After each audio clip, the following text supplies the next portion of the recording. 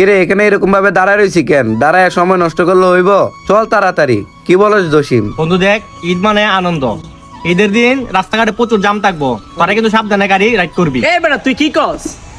ঈদের দিন গাড়ি চালাবো বেটা 100 স্পিডে পাপা। বন্ধু আর যাই কস, আমি কিন্তু বাইক বেশি স্পিডে চালাইতে পারবো না, সর্বোচ্চ হইলে 50। আর তোদেরকেও বলতেছি তোরা হাই স্পিডে চালাইস না। আর দাইগস আমি কিন্তু শান্তর লগে একমত।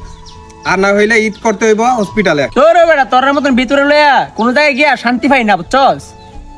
ঈদের দিন গাড়ি টান থাকবো 100 স্পিডে, তোরা গছ 50-এ, তোর সাথে আমি যেতাম না তাই আমি। ওই বেটা তুই কথায় কথায় রাগ করস কে রে? তোরা সবাইকে হেলমেট আনছ, হেলমেট ছাড়া কিন্তু গাড়ি চালাইতাম না। দেখ মামা, আমি এত দামি সানগ্লাস আনছি, আমি কি হেলমেট পরার লাগা? তোরা হেলমেট লইয়া যা, আমি হেলমেট পরবো না। দেখ ভাই, হেলমেট ছাড়া কিন্তু যে কোনো সময় একটা দুর্ঘটনা করতে পারে। আচ্ছা আচ্ছা, তো লেট করে লাভ নাই, গাড়ি ঘুরা।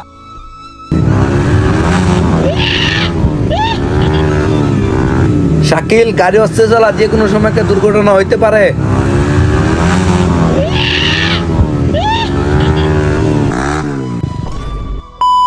তোরে কইছিলাম এরকম ভাবে গাড়ি চালাইস না, যে কোনো সময় একটা দুর্ঘটনা হতে পারে।